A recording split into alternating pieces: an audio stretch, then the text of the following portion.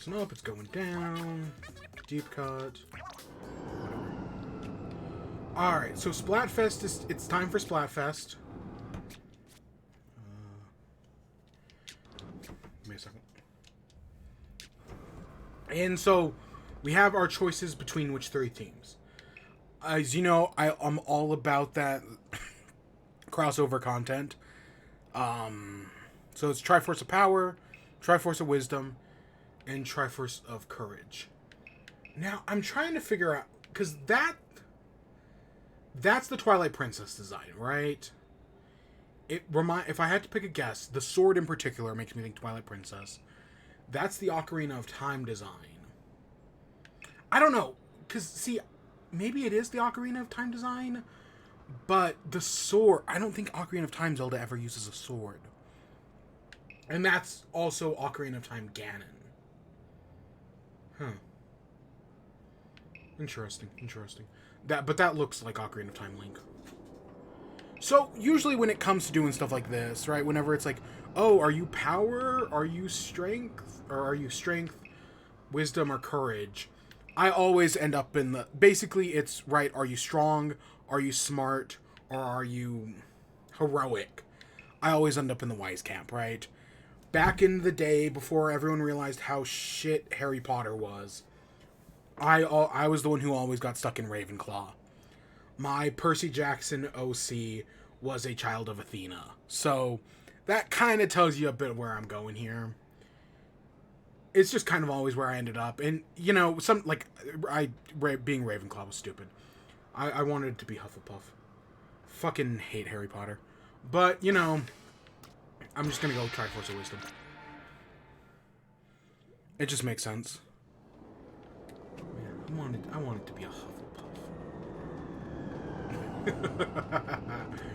Oh God, that's a whole other thing.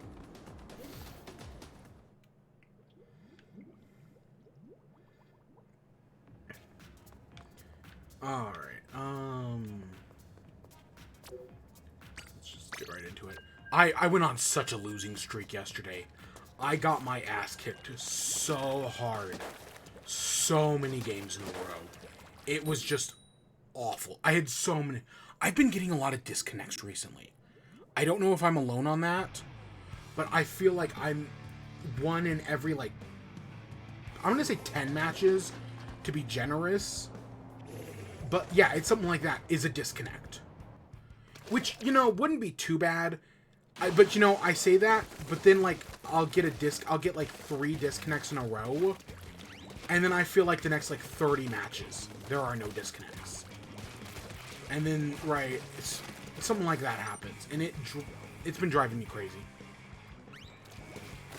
So, before the stream started, about half an hour ago, I was like, okay, well, you know, I'm gonna sit down real quick, eat a quick dinner, just go grab some pizza. Just grab some leftover pizza from the fridge. You know, some almost pizza. And then, right, we'll get started. So I grabbed my almost pizza. I grabbed my last Pepsi, because I think I said, right, I don't like Coke. But and even though I don't really care for Pepsi, I like that Pepsi Nitro.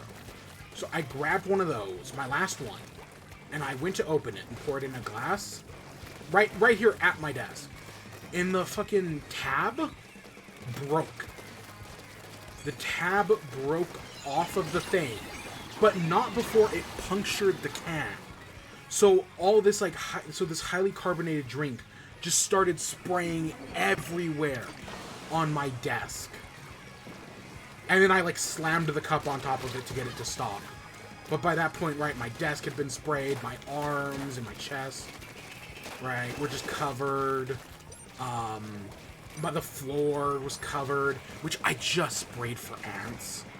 So now it's like, God, getting all this sugar liquid. That's fucking, there goes all of that effort. So if all of a sudden the stream stops because I'm getting eaten by ants, that's why.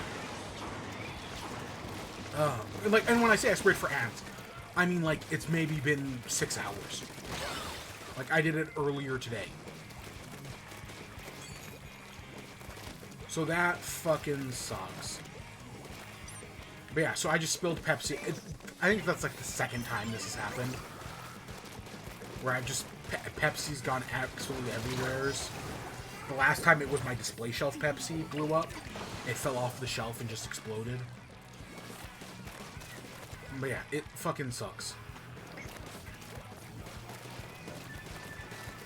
So yeah, it's been last 30 minutes.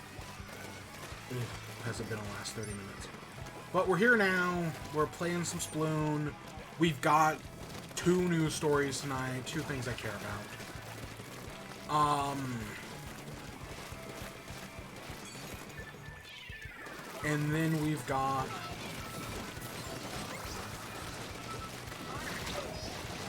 And then we've got a few random WIBE things. Including a book. We're actually going to... You know, normally when I read book stuff, I don't talk about it on stream. But, no, we're actually going to talk about a book on stream tonight because it relates to videos games. I had a match yesterday that was such bullshit. We had the entire center. Okay, so we had the entire center. They had some ink on our side, and they had their entire side. And even having the entire center, we still lost by, like, a single point. It was such bullshit. Like, it should have been an easy win for us. And nope. Oh my god. And then... and then I got a 69, which was nice. The one game I won yesterday, after like 10 failures in a row, was getting a 69. Because the other team just did awful. They just got their ass kicked. They didn't have a disconnect, but they might have had an idle. I don't think they did though. They might have had an idle player. So I guess let's start with our first piece of news. So it was announced that the Horizon series, so Horizon Forbidden West, Horizon Zero Dawn, not in that order, is getting a sequel. That Guerrilla is going to be making a Horizon 3, and it's in the planning stages of development. So probably not for a few years. But yeah, I don't know, some people really... I've learned from this announcement... What was I saying? Disconnect. Some people really hate the Horizon series. That's the realization I've come to. Because some people were just so... Like, they were like, oh, wow, the middest game gets another sequel. Right? It's like, it's not a bad game, it's bland.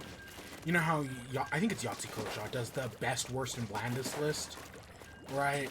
It's that idea that, oh, it's the most bland game in existence, the most by-the-books open-world game ever, which, no, that's the most by-the-books, boring open-world game ever is Far Cry. Listen, or at least the modern ones. Far Cry 2 or 3, one of them was fine. But I feel like in recent years, all Far Cry games have sucked. So, yeah. Not like admittedly, I did not play the most recent one, but I didn't have to play it to tell you it's the most bland game in existence. So I'm not too impressed. But Horizon, you know... I've played the first one, never beat it, and I was like, yeah, this is fine. Admittedly, I guess me saying that I never beat it could be a contributor to it being a very bland game, you know? That could be part of it. And I get where that mentality is coming from, I guess. I don't know, when you have Horizon come out and then just immediately get trounced by Breath of the Wild just a few weeks later... Right, which is just an amazing open world game. It's kind of disappointing. And then when you release the sequel to Horizon that takes influence from Breath of the Wild, and it gets absolutely trounced by Elden Ring, it's like, what are you doing? Which leads me to the main reason we're talking about this story. I can almost guarantee that whenever Horizon 3 comes out, it's going to come out when some other big game comes out, right? It is cursed to be an overshadowed series. Like, and even like recent, like the DLC came out like 2 weeks ago, and guess what? Nobody was talking about the DLC because it released the same day as a Tears of the Kingdom trailer, and all of the conversation was about Tears of the Kingdom. And that's the only reason I was talking to somebody who is a Horizon fan, and they didn't even know the DLC was out. They hadn't even realized it was out. But yeah, no, that's just kind of Horizon's curse. They're doomed to be overshadowed by something bigger. And maybe that is part of their mediocrity, you know, that there's always going to be something bigger, that they will never be a headliner. But again, I hear they're not bad games. I didn't hate the first one, I just never beat it. And I always told myself I'm going to go back and beat it one of these days. I've always told myself that will happen.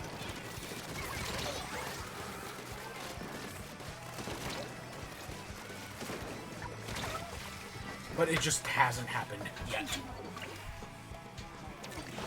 So yeah, what else? But so what game is going to come out on the same day as Horizon 4, or as Horizon 3, I mean? What game is going to come out? If you want my honest prediction, is probably Elder Scrolls 6. We know Elder Scrolls 6 has been announced, and we know it is a couple of years away, but this game is also a couple of years away. So I think Elder Scrolls 6 is the best bet. Maybe 2027, 2028? I totally think that's possible. Because GTA 6 is going to be too soon, right? We saw all that leaked footage. I watched it. I have no shame in admitting that. And based on that footage, I would suspect that GTA 6 is either next year or 2025. And I still think this is farther. I think this is farther out than that. So if I had to guess, I would say, yeah, next year. I would say Elder Scrolls 6 is the game that comes out to overshadow it. Because I don't know, I don't know Elden Ring 2, but or something just entirely new comes out. You know, something that comes out of left field. We're talking multiple years in the future. But that's just... So whatever year the next Horizon comes out, you know is going to be a bang. We're going to get some banger. Because something's got to come out to overshadow it. That is Horizon's curse. I need to play. I own Forbidden West. I own it. I just never played it. Because I never beat Zero Dawn. Which I think I even installed on my PS5 to play it again. To like pick up where I left off, and then I just never did. Yeah, curious and curious.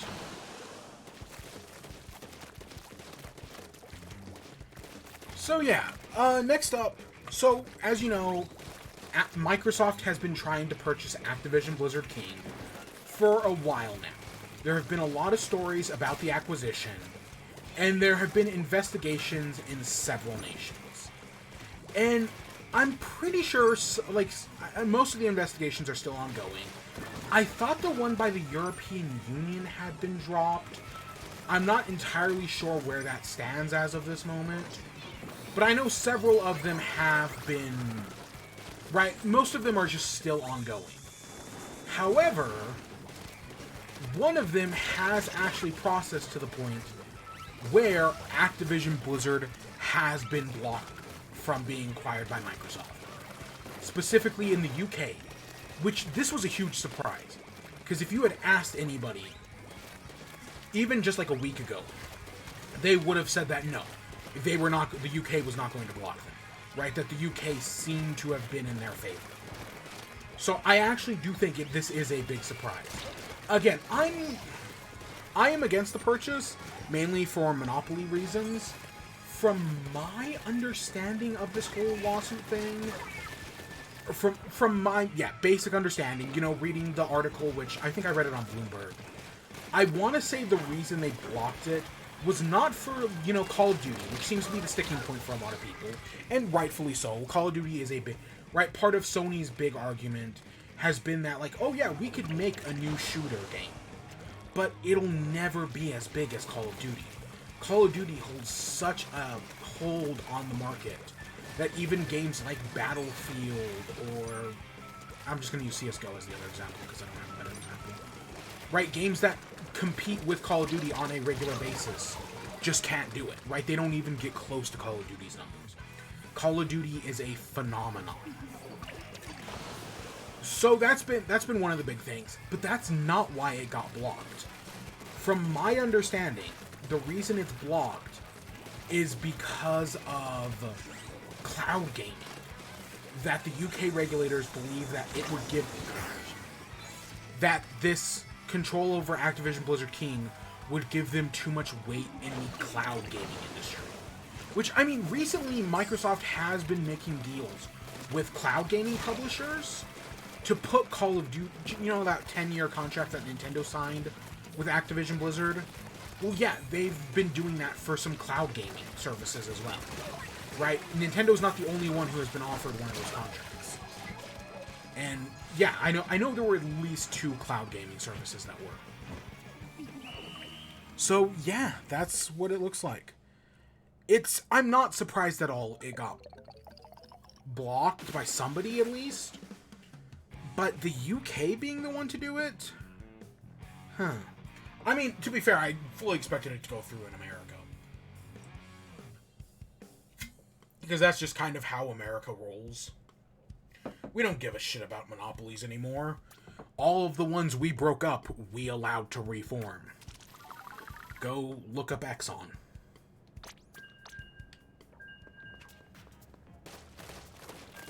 And even the things that aren't monopolies still somehow ending up becoming monopolies.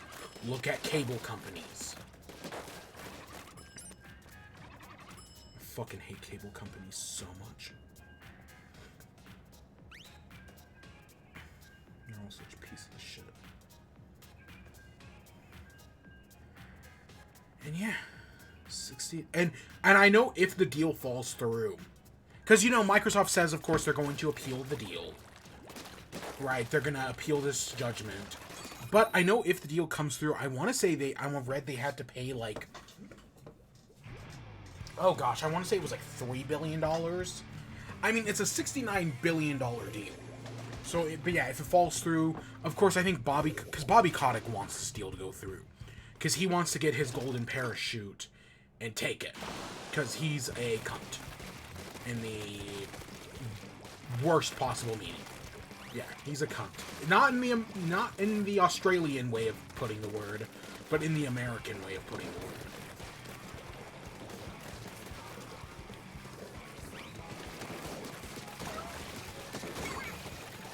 So, yeah.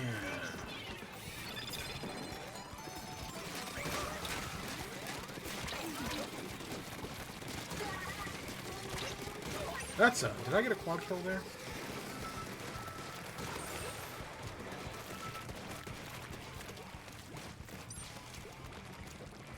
I think I did.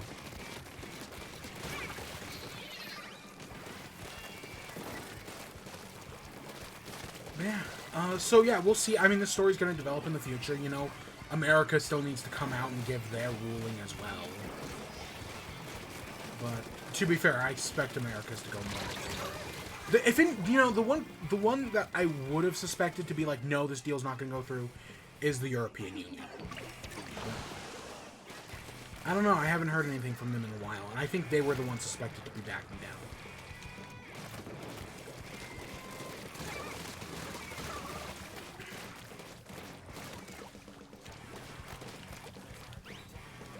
So yeah. And then I don't think we have any other news stories tonight. I legitimately think it's just those few.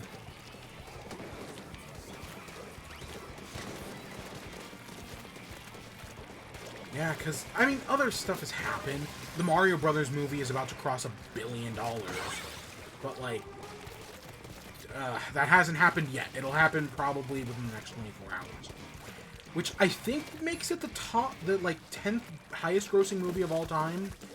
And part of it is that it hadn't even been out in Japan yet.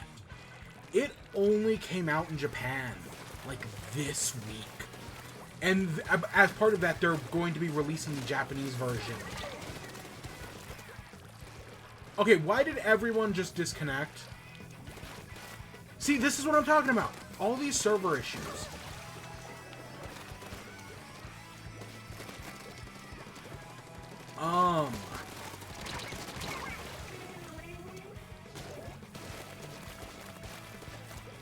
I don't even know if he realizes it's just the two of us.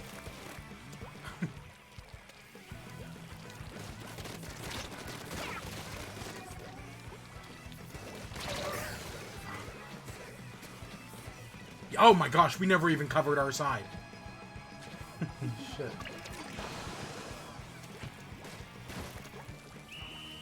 Holy shit. It seems pretty cool. Yeah, Splatoon's a pretty good game. We're gonna have lost in those last few seconds. Okay, no. We hadn't even covered it. I mean, to be fair, everybody disconnected there. And I don't know why. I don't know why it was just me and those two guys. But yeah, this game's been having so many disconnects recently.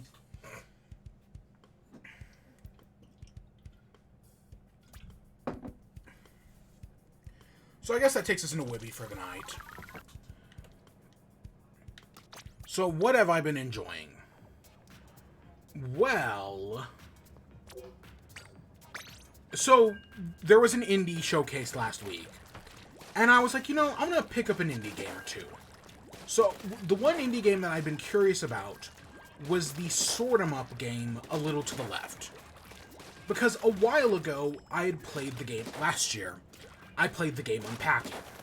And I really liked Unpacking. It made my Game of the Year list, right? So I was kind of curious, and I was like, oh, you know, I'll pick up a little... Because, you know, Sort 'em Ups aren't that bad of a game genre. So yeah, I'll pick up this one. And, you know, it's... Sort 'em Ups are basically just puzzle games, but just about sorting things and cleaning things and whatnot. This one's approach is very simple, right? You're given, like, a layout of things, a layout of materials, and then you just have to put stuff... and then you just have to put stuff in the proper place. So, like, you're given a series of pencils, for example, and you have to arrange the pencils from tallest to smallest. Or there was another one that was you're given a series of pencils, and you have to arrange them by sharpest to dullest. That was another thing. That was another level. Or there was one where you're given a series of books, and you have to arrange them by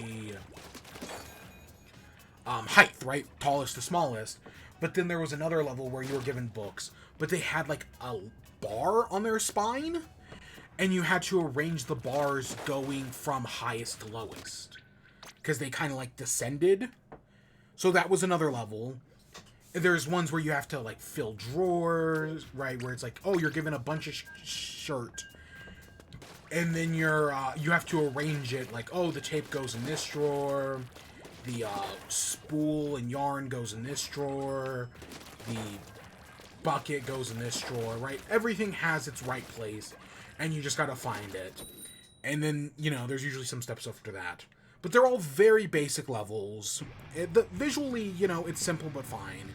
You have a cat that occasionally comes in to bug you, right? Sometimes that you have to, like, do a level, but you have to work fast enough so that way the cat doesn't ruin the things you're doing. Right? Like, there was one where you have to arrange everything symmetrically. You have to arrange all the objects symmetrically, but there's a cat who's coming in to cause chaos. In those symmetry levels, I do wonder if there are multiple solutions to those levels. Because sometimes I feel I got either very lucky with it, or as long as everything's symmetrical, it kind of doesn't matter. So, part of me does have questions about that. Because luckily, the game does have a decent hidden system. Because there were some levels that confused the crap out of me. For example, there was a level where you have, like, some hanging leaves, and you can trim the leaves. And it's clear, like, oh, you're supposed to cut off some of the leaves. but the leaves will also regrow. So your goal is to figure out which ones you have to cut to get the solution. And I'll be honest, I have no idea how you figure out the solution to that level. Like, looking at it for a while, I was like, what is the solution to this level? Gosh, somehow we ended up with 2 undercovers. Yeah, so I had to use the hint system to figure that one out. Because I still don't know how you're supposed to figure out, like, oh, you have to cut the 4th leaf on this branch, and you have to cut the 2nd leaf on this branch, and you have to cut the middle leaf on this branch. I have no idea how you're supposed to get to that. But, you know, the hint system, it's basically, the hint system is like a notebook page. And so you open the notebook page, and then there's like a drawing, like a scribble over it, and you can erase the scribble. So it's like, oh, if you only, in like a level, if you only want to see like the top left corner, like, it'll literally give you the entire solution if you want it to. It'll even just straight up let you skip a level, right? You can just say, let it be. Because that's another thing about sword emotes, is that they're made to be relaxing games. They're not meant to be challenging puzzles. So if you just want to skip a level because you're really stuck, yeah, you can. I didn't, but I did use a hint or two. And I'm sure there was like 1 or 2 other levels I used a hint on as well. But there were 2 of these leaf ones, where you're like pruning the leaves. And I just couldn't figure it out. Like, there was no visual difference between them. I don't think they were like, there was no like pattern where it was like, oh, you have to trim all of the middle leaves, for example. No, I legitimately have no idea what the solution to that one is. Or why. I know what the solution was. I did it. I just don't know how they got the solution. That was the part that made no sense. But yeah, so I enjoyed it. You know, is it unlike Unpacking? Unpacking made my Game of the Year list last year. I really enjoyed Unpacking. I enjoyed the narrative of that game. Is this game going to also make my Game of the Year list? Probably not. There's a lot less of a narrative. You know, there's a cute little cat, but, you know, I've played Calico. Cats are cute, so what? I'm a dog guy at the end of the day. So that doesn't, like, that's fine. But, like, Unpacking had, like, a story to it. Something that you had to, that sometimes they told you, sometimes you had to interpret. Like, spoiler alert for Unpacking. You have a college degree. And, you know, throughout the different houses, you hang your college degree up on the wall. But then at one of the houses, no matter where you try to place it on the wall, you can never place it on the wall. So instead, you have to place it, I want to say, under the bed. That's storytelling right there. No words exchanged. That tells you a lot. And that's just one example. There's a ton of them like that. So, I liked Unpacking. This game doesn't do that.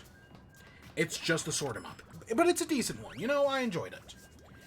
And it's short, you know. I think I beat the entire game in like 3 to 4 hours. I did a few other things as well. There are some levels that have multiple solutions to their puzzles. So, like, you can get the multiple solutions. Like, there was one, for example, where there was a series of colored objects that you had to arrange into 5 boxes. And you could beat the level by arranging all of the, like, one of each object, and arranging it by color. So, like, you have a green chess piece, a green key, a green match, for example. And then you could redo the level and arrange them all like, oh, all the chess pieces go in this box. All the matches go in this box. All the keys go in this box. And both the solutions will solve the puzzle. So there's a few levels like that that have multiple solutions. So, you know, that's fine. It adds some replayability. I think it does the thing where it's got, like, a puzzle of the day thing, where you're, like, competing to do, like, a puzzle of the day. And I think there's, like, 100 puzzles of the day. There might be even more than that, but I think there's, like, a badge for doing 100 of them. Is this Mini Metro, where I'll come back to it day after day to do the puzzle of the day? Or, yeah, Mini Metro, Mini Motorways. No, probably not. I'll probably forget about it immediately. The only indie game I was thinking I should have picked up at the time when it released, The Longing. The Longing was an indie puzzle, I guess puzzle game, but it took 400 real in-game days to complete. So kind of like your Animal Crossing, where you're supposed to come back to it every day. This one, you technically didn't have to play every day, but it was gonna take 400 days to complete. And I should have picked it up when it went, like, at some point, especially when it was announced, because if I had, I think we would either be at or be close to the 400 days. Because I think about games like the Stanley Parable, where there's the achievement to not play it for 5 years. And, you know, when I originally played the game, I was like, wow, that's a crazy achievement. Not play the Stanley Parable for 5 years? That's gonna take forever. And then I actually got the achievement. You know, it's been over 5... When Ultra Deluxe came out, it had been long enough that I could get the achievement. So, yeah. And speaking of which, Stanley Parable Ultra Deluxe, I said I'd picked up multiple indie games. Well, the Stanley Parable Ultra Deluxe is now a year old. As of, I want to say earlier this week, as of like the 27th. So the Stanley Parable Ultra Deluxe is a year old. And as part of that, it went on sale for the first time ever. So they put it on sale. I want to say it's like 50% off. Which, this is the only time this is the first time it's ever been on sale. And it probably won't be on sale again for a while. I don't know, it might be, but probably not. So if you've ever been curious about the Stanley Parable, now is a great time to go pick it up. I've played it. I did a Let's Play of it. Over, 6 years ago now? So that's on YouTube. But there's tons of new content in Ultra Deluxe. And it's on Switch. I assume it's on other consoles as well. But I know for a fact it's on Switch.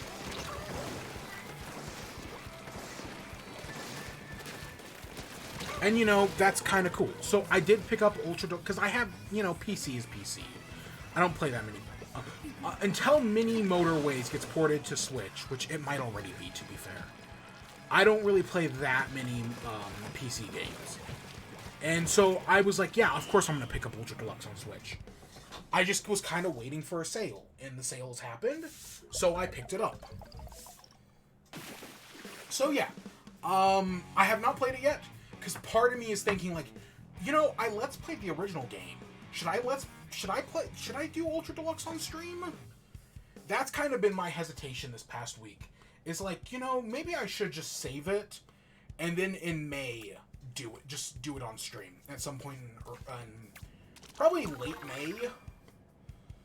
Do it after we've done Tears of the Kingdom, obviously.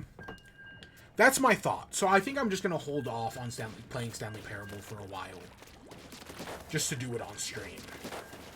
But it's on sale right now, so go pick it up. Yeah, the rest of the indie games on sale, just like that's already ended. But I at least wanted to play one thing. So I played that, and last week we were talking about how I was playing Hyrule Warriors. I had started the story mode for that, and I was making progress. And since then, I have beaten not adventure mode, I think it's called the Legends mode, which is, you know, close enough to the story mode. So I knew, right, going in, I knew it was like, okay, you're Link, you're working with Zelda to go against the Witch Sia, who has revived Ganondorf and all these other villains, and, you know, has brought back the Skyward Sword realm, the Twilight Princess realm, and the Ocarina of Time realm. So that was kind of what I expected from the story. And you get that. And then after you beat the story, I'm just going to go full spoilers. I mean, it's a what, 9-year-old game at this point? So after you do all that, you then get to play as Ganondorf. Right? You beat the villain, you defeat Sia, you defeat Ganondorf, and then you get to play as Ganondorf and steal back the Triforce from Sia. Because, yeah, for once we actually get a different Triforce of Power wielder. That being, well, Sia in Lana, because they're technically the same person. Because, yeah, at the end of the original story, Sia fucking dies. And all that's left of her is Lana. And Lana takes the Triforce of Power. So Ganondorf beats Lana up, takes back the Triforce from her, beats up Link and Zelda, takes the Triforce, And then you get the final part, which is then you get like this like evil, distorted Hyrule Castle. And you as Link, Zelda, Sheik, Lana, and like a few others, you have to take back the kingdom. So you lose it, then you take it back. And it's like, okay, and once you beat once you beat Ganondorf, technically it's the second time because you beat him once earlier in the story, but whole other thing. Ganondorf's defeated, everyone goes back to their own time for the second time. And the world seems to be at peace. And that's where I thought the story was going to end, because that's a very fitting endpoint for the story. But then, surprise, surprise, there's an epilogue. So I knew there was Wind Waker content added in the 3DS version. But I didn't know that the Wind Waker content also was like an epilogue. So yeah, after you beat the story, you defeat Ganon, the Wind Waker Islands just suddenly show up.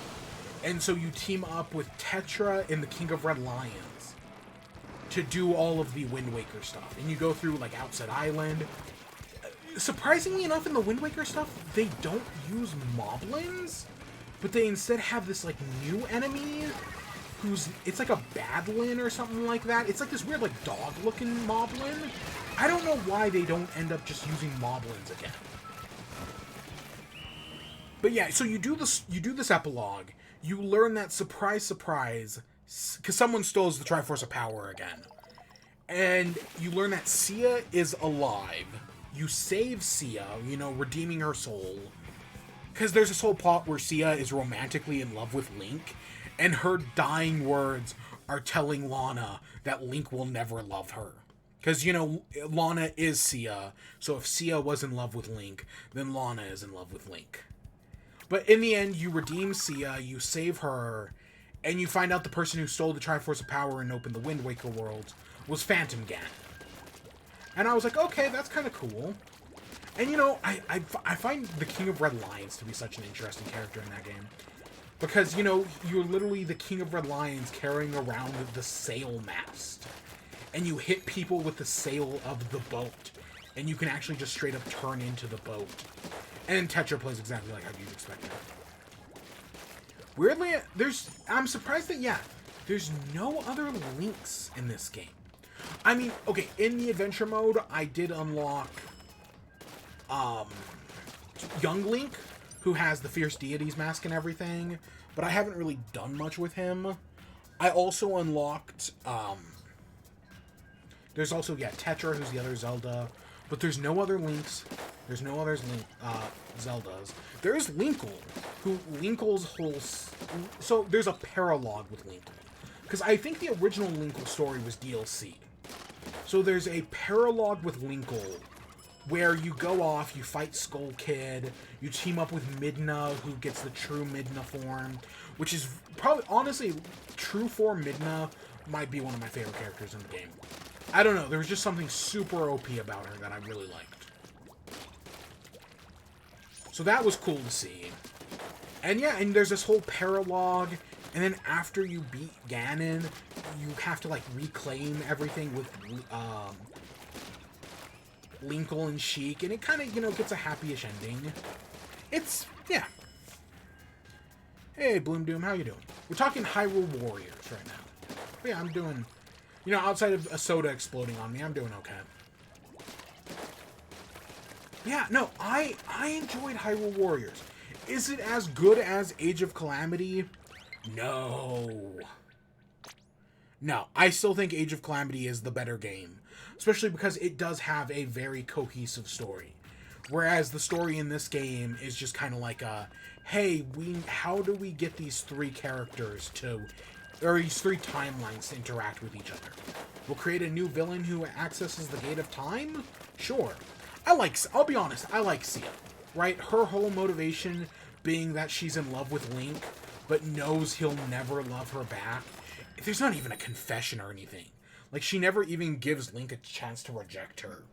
But, I don't mind Sia, and I'm not just talking about the assets. Right. I'm like, okay, you know, this isn't a bad idea.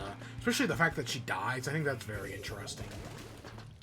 I mean, she's not dead, but she's kind of dead for a little bit.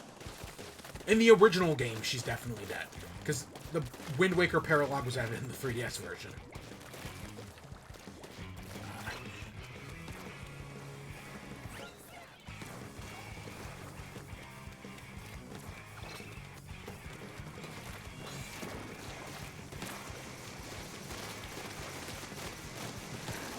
So, yeah.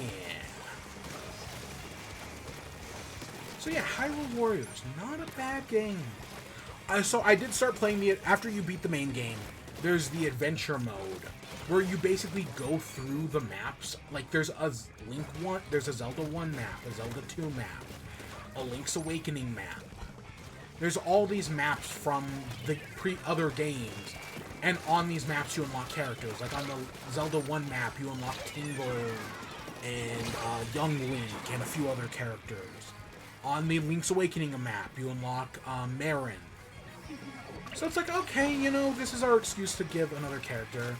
I know I mentioned last week that Gerard the Completionist said it was one of his longest completions ever. Yeah, I looked up that video. He put out a new one when the Definitive Edition came out. Over 1,000 hours.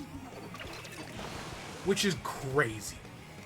1,000 hours into Hyrule Warriors to complete it. I could never even get close to that.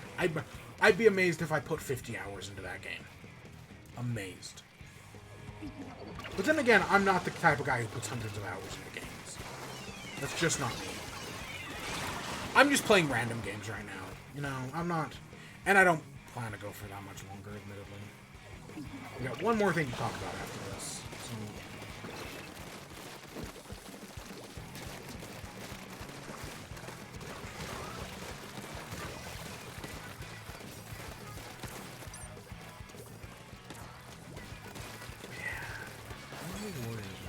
I'm so excited. There was another trailer for Breath of the Wild that came out. It was like a promotional trailer, and it confirmed a few things, you know, specifically that one of the bosses was that dragon from the original Legend of Zelda. So we now have the thing that everyone had speculated about. Yep, turned out to be true. I think private battles, just if you go up in the option menu, I think that's private battle.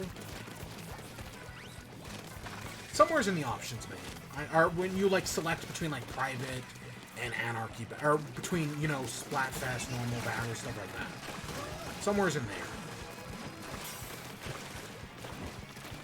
Why can I not hit that person? But yeah, but I watched it for like a quick second. It was whatever. I know a bunch of outlets got to play Tears of the Kingdom for like an hour or two. I did not watch any of those. I saw like a 20-second clip. Maybe not even 20 seconds. It might have been like 10 seconds. I saw a 10-second clip from IGN talking about their Tears of the Kingdom time. And that was it. And that was in like a completely different show. Just talking about it.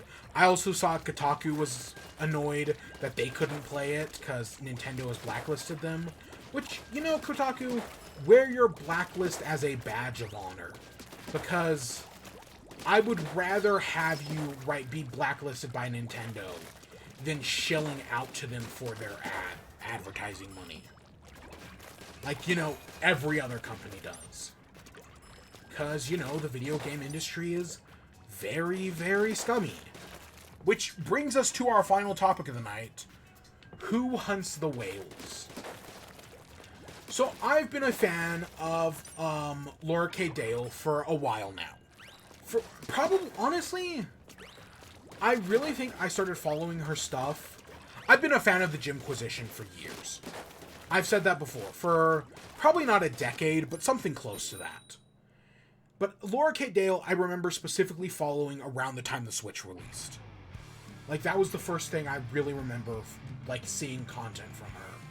on things like Podquisition and whatnot. Which I think the reason for that is because that's when I started listening to Podquisition, was around the time the Switch came out. But, yeah, what was I saying? Yeah, because I remember listening to Podquisition, because I was in college, I had to take an art class, and while taking an art class, I would be, like, working late at night, working on my art project, listening to Podquisition. I specifically have memories of that. Yeah, around the time the Switch came out. But yeah, so I've been following Laura K. Dale, and her wife, Jane Eris Magna, for, a while now. Admittedly, I haven't listened to that much Queer and Pleasant Strangers, but I've listened to Dice Funk. I'm a huge Podquisition, Jimquisition fan. And, like, yeah. So, it's been a while. And, she's released previous books. I own a copy of oh gosh. Things I Learned from Mario's Butt? Is that the title of the book? I own a copy of that. I own a copy of, Gender Euphoria. Third book, whose name is completely escaping me at the moment. Do I have a copy on my bookshelf? No, I don't. So, right, I've read Laura K. Dale's books before, but now they put out a new book a while ago called Who Hunts the Whales? And, I backed it on Unbound, and my copy came in a while ago. So I finally started reading it. I had some time recently to sit down and actually start reading the book. And I did it in about 3 days. Yeah, I read it in about 3 days. I really wish there was an audiobook. I mainly listen to audiobooks nowadays. So if there had been an audiobook, I would have gone to it way sooner. But I did read it. So Who Hunts the Whales is all about these abusive video game companies. The company made up for the book Supremacy Software, which is clearly a stand-in for... I'm pretty sure they're parodying Activision Blizzard. Because there are other companies like Shmubisoft. And so I know it's not Ubisoft. Admittedly, it kind of doesn't matter which company they're directly parodying, because all of these companies are abusive assholes. But they're parodying, Activision Blizzard and all of the abuse that Activision Blizzard goes through. Right? You're following this character who they're brand new, working as an assistant for the executives at Supremacy Software. As Supremacy Software is making their new game, Call of Duty 20... Does the book team take place in 2022 or 2023? I can't even remember the subtitle of it, admittedly. I just know they're working on Call of Duty. And the protagonist sees all of the abuse done by the executives to the staff. All of the crunch, all of the assault. Because, yeah, there's a really uncomfortable chapter that has basically the heads of the companies taking during like a barbecue. There's a barbecue and only the girls from the company are invited. And so they're being like taken one by one back. And the main character gets a brownie. And so they don't eat it there, but they eat it later. And it's like, I'm kind of disappointed they weren't, they weren't drugged. And then you get like an entry like an hour later. That's like them tripping balls because they were drugged, because the brownies were drugged. Because this book is told like it's a diary, right? It's like a series of like diary entries. And starting off with like this bright-eyed protagonist who's, so excited to be part of the game-making process, the Supremacy Software family, before realizing the cold, hard truth that this industry sucks. That she's working for these stupid fucking executives who know nothing about games and are having these dick measuring contests based on who can have the most shots of espresso in their coffee, while the head of the company is drinking a drink that I want to say is called crystal meth. Is it just called? Yeah, I think it's just called crystal meth. It's something like that. Yeah, it's got to be a crystal meth thing. An energy drink. But yeah, it's a fine book. Part of me, I'm not gonna spoil it. I'm not gonna spoil the ending. I will say though that there were certain things I was expecting that I was like, how do you do this? Specifically with the ending. I was like, how do you end this book? Because there's either two possibilities. One, it all works out. Or the more likely option, what I expected, was nothing happens. And yeah, I know enough about the gaming industry. I know enough about, right, I've listened to Laura Kate Dale and, all the other people on Podquisition talk about the gaming industry to know kind of how this was going to end. And yeah, it kind of goes exactly where I expected it to go. Of course, it's not the most depressing thing in the world. There is, it's clear that even though they don't get everything they wanted, the fight is far from over. Because, yeah, the main character officially becomes a whistleblower for the company. They start leaking documents. They specifically reach out to some journalists who they can, trust to publish these documents for a damning report against the developers to, hopefully get people to stop pre-ordering Call of Duty. And it doesn't entirely play out. At least it doesn't play out how the main character expects it to play out. That's what I'll say. But I liked it. I do definitely think, though, it does need, a sequel or something. Because somehow you're either gonna have to have some... Because, yeah, I definitely want more of an... I'm so tongue-tied right now.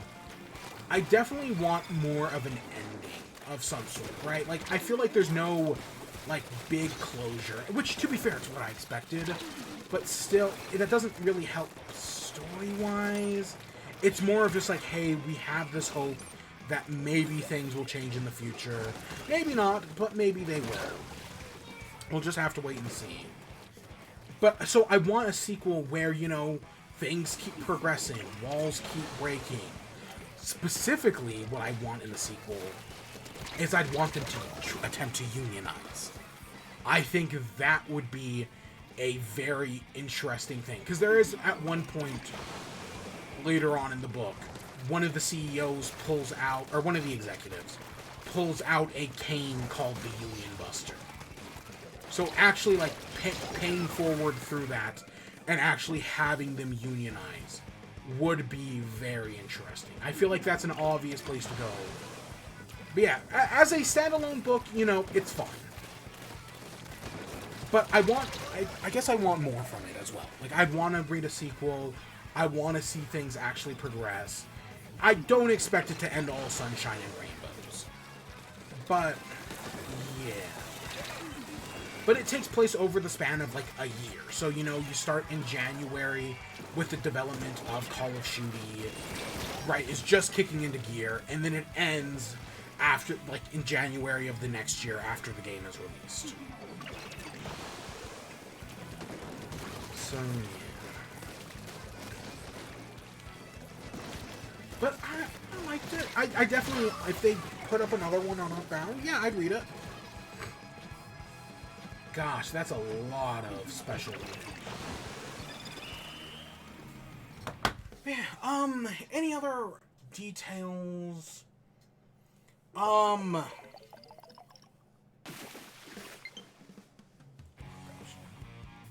Any other details that really stuck out to me?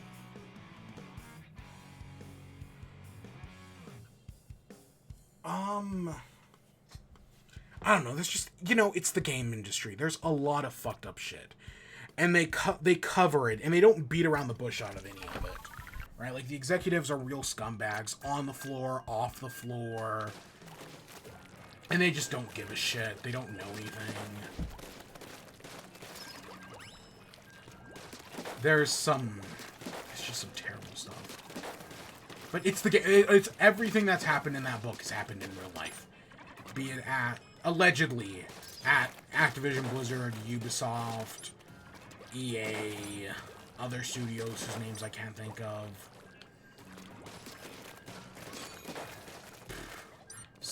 CD Projekt Red, Rockstar, Nintendo. It's the gaming industry.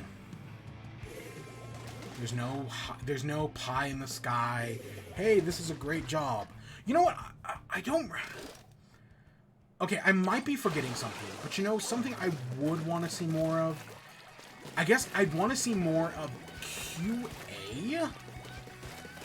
Because they talk a lot about how, like, the developers are getting overworked and burned out. But I want to see more of, like, QA stuff.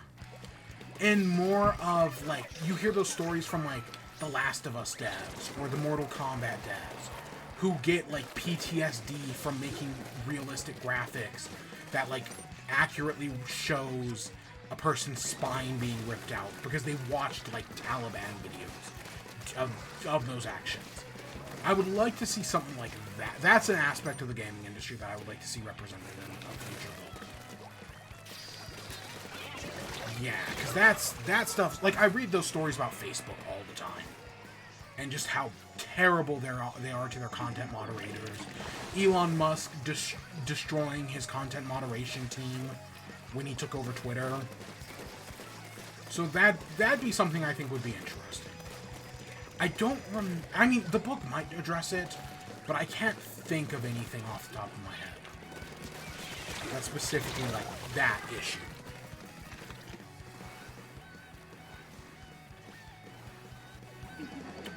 But yeah, no, I'd recommend it. I think it's on wherever books are sold, so you'll find it on, I think, Amazon, Kindle, Google Books,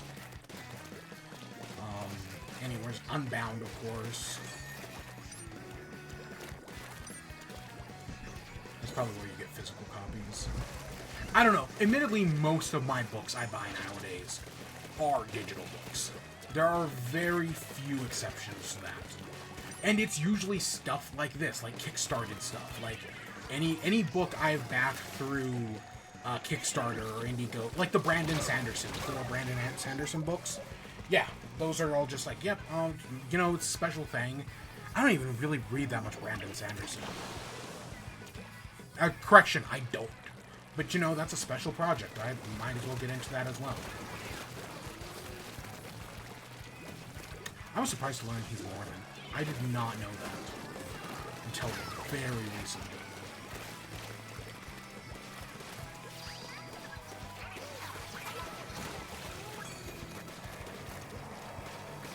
Yeah, so yeah, who hunts the whales? Not. It's definitely better than, like, so, like, I think of those, like, Disney Channel shows, like, or even iCarly, or, like, something like, was it called Bizarre Vark? So, whatever that fucking Disney Channel show with Logan Paul in it was called. Where it's like, oh, we're gonna show you this, like, idealistic, like, oh, look at all these crazy kids making YouTube videos, making an internet web series, and I'm always just like, God, this is so full of shit. Like, I'm so cynical to these takes. And this is that for the gaming industry. Really getting, like, to the truth of, like, yeah, all those, like, idealistic views of it, nope, this is the cold, hard truth.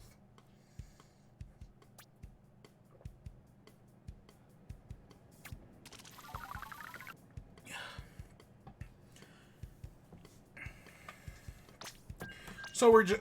I said tonight was going to be a short show, and guess what? Tonight's going to be a short show.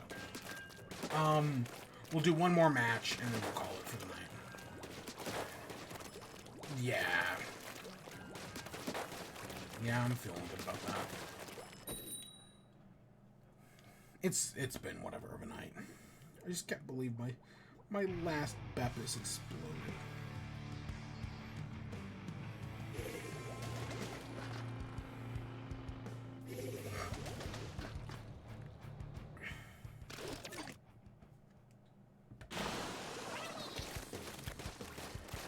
So yeah,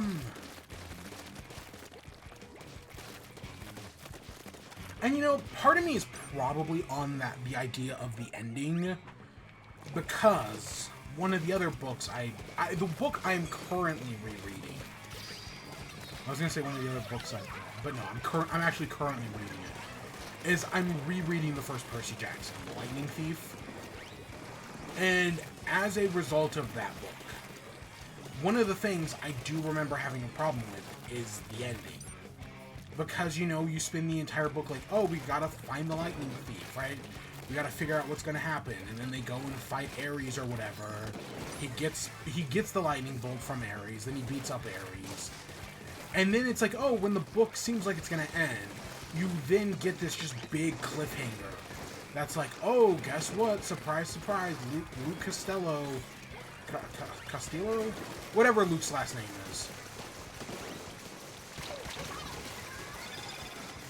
is the villain. Luke is the villain. And he's right, he hates his father. And now he's gonna go take down all the gods. He was the one who stole the lightning bolt. And it just kind of ends on, like, that note. And I don't know. I was, to be fair, I don't remember being, like, hugely disappointed in the ending. I always just kind of found it weird that, like, you know, if they were to end on, like, this epilogue cliffhanger thing, where it's like, hey, guess what? Luke's actually the real villain. I'd be fine. But they actually spend a good, if I remember correctly, they spend a good chunk of time after they get the lightning bolt before they do that. And because I'll admit, by the time I read The Lightning Thief, I want to say it was when the third book was coming out, or like the third book had just come out. So like that was when I got into the series. So, admittedly, from there, I literally just went to the next book, Sea of Monsters. But God, that was a long time ago now.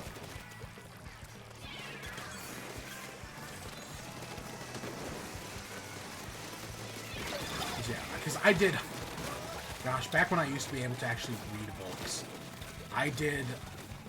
this one I specifically remember is the Battle of the Labyrinth. I did in like 24 hours. I picked it up, and then yeah, within 24 hours I had finished it. I could never do that. I could not do that anymore.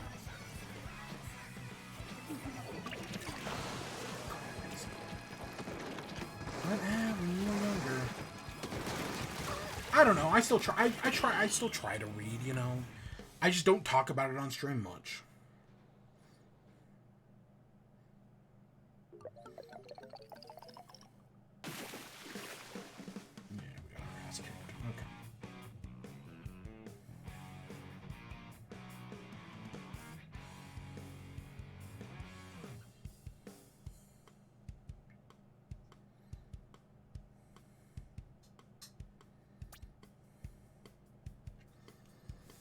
Alright, so yeah, that's our last match for tonight. Let's go check our stuff. Let's go get a prize ball. So next week is the Splatfest, which, you know, is hopefully it'll be cool. And then the week after that, Tears of the Kingdom comes out. Again, as of the moment, my copy still doesn't arrive until the 16th. And I have the distinct feeling that that will not change. Which fucking sucks. So we'll figure that out. Because I would have been willing to play that all weekend long. Actually, I say that, but I don't know. I don't like picking up a new game and then just immediately playing it and beating it. That's just not how I like to play games. Right? I like to do them in, like, chunks over a period of time. I don't want every game to, like, end in, like, a day.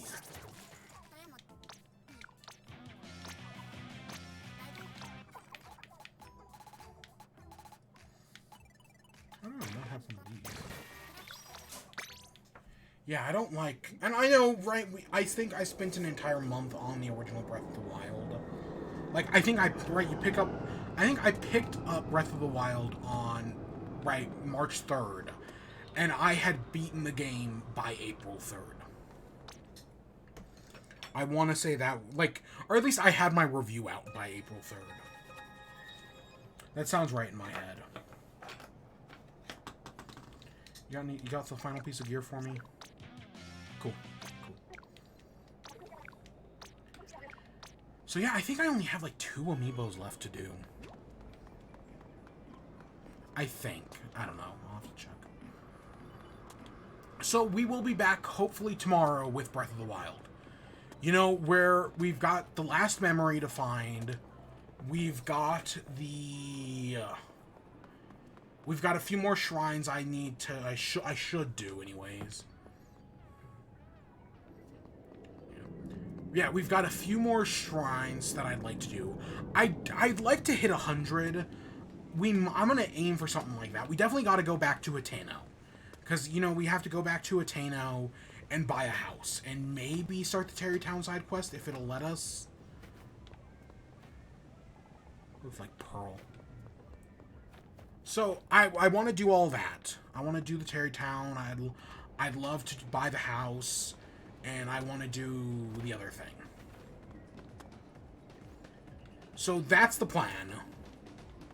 Get the last... And then we'll beat the final boss.